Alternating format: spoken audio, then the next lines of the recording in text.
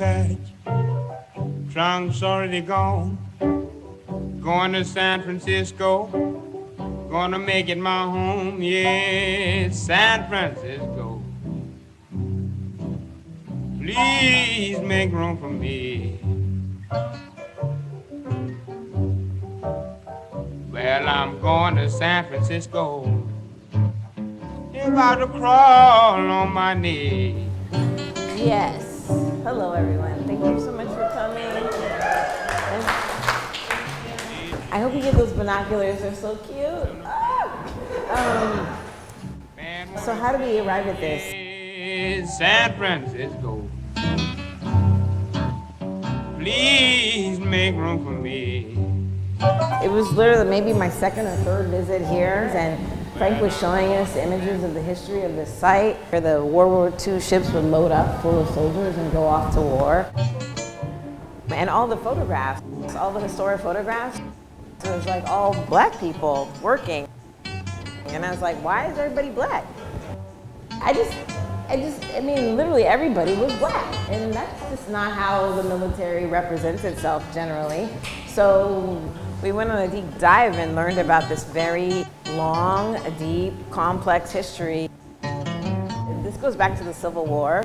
Freed slaves following Union troops and burying their dead and supplying provisions or cooking for the troops, all the way up to World War II, where 80% of black soldiers were quartermaster assigned, which means that their job was the logistics of moving around provisions and everything that soldiers needed to go out into the theater, as they call it.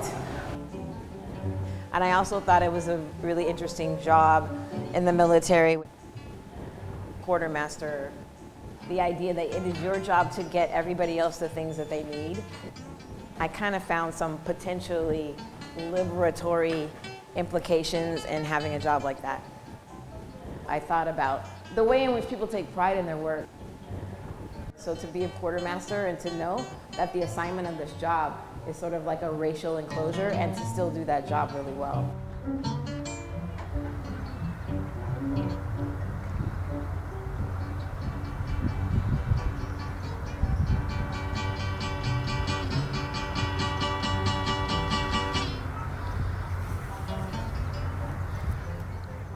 Swallowtail is the shape of that flag with the 2 points.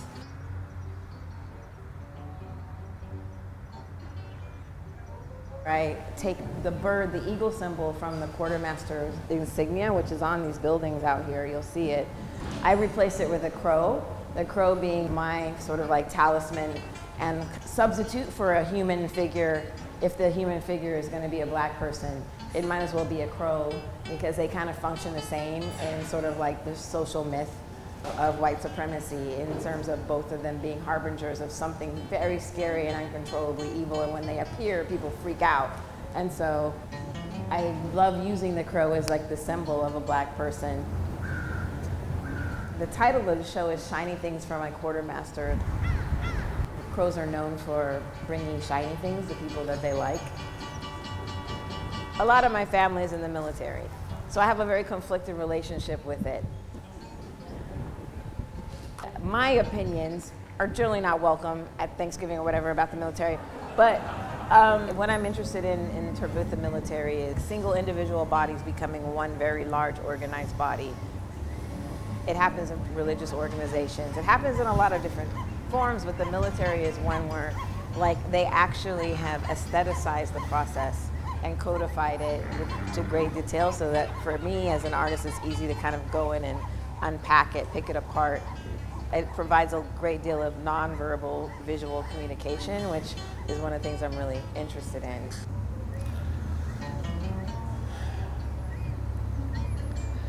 So there's the very center, is it on this building? I think it's this building, is the flag, the swallowtail flag has been distorted into 2 lips and teeth and a tongue sticking out. And it's called Yes, Sir. That's sort of like maybe my question about the military, even though as I romanticize that kind of collectivity and the massive organization that's possible when people work together, is that the military really depends on coercion to do that in terms of like the sort of following of orders without question.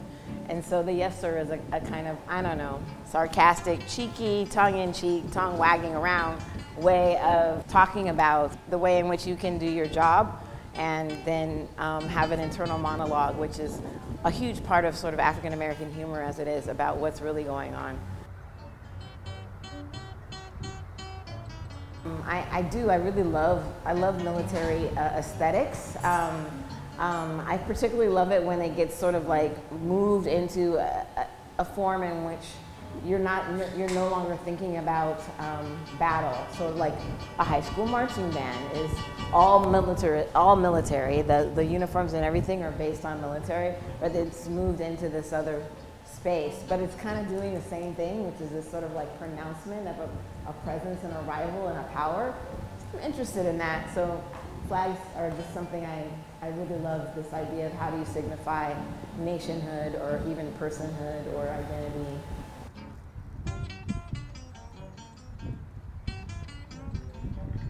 So a lot of the titles are playing with things like that, or things like historical ideas or myths around escape or liberation, or just sort of like making images that combine symbols from the actual quartermaster iconography with symbols from things like the Underground Railroad. There's a hand holding a candle, which is the quartermaster symbol, and then it has like a shackled wrist.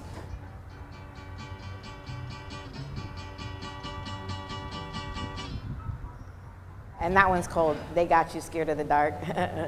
And so there's a lot of sort of like ways in which I'm trying to push together and then also pull apart certain things that we presume to know or we're comfortable with certain sets of knowledge. And I'm actually, if you push them up against each other, a lot of things kind of fall apart.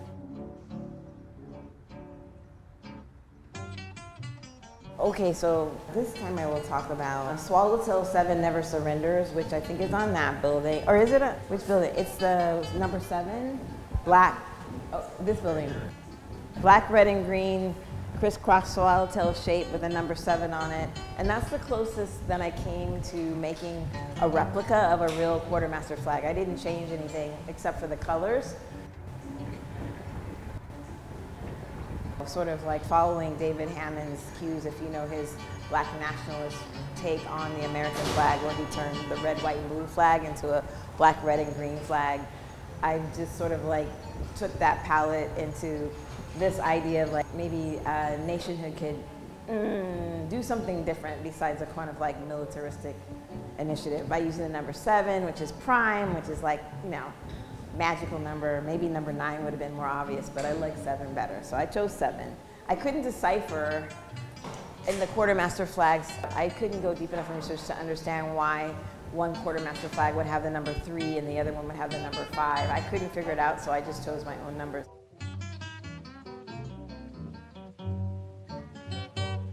There's another flag in that same shape, only the red part is dotted with watermelon seeds, basically changing the quartermaster iconography into slices of watermelon, and basically thinking about the way in which the military racially assigned different jobs to different people, and then the inhabitants of that and the instantiation of that in these buildings.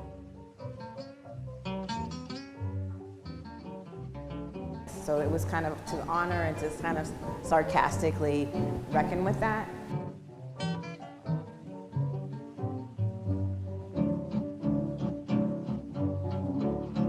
Bye-bye, baby. You can do as you please. Going to San Francisco so I can live at ease. Yes, San Francisco. Please make room for me. Well, I'm going to San Francisco. Everybody crawl on my knee.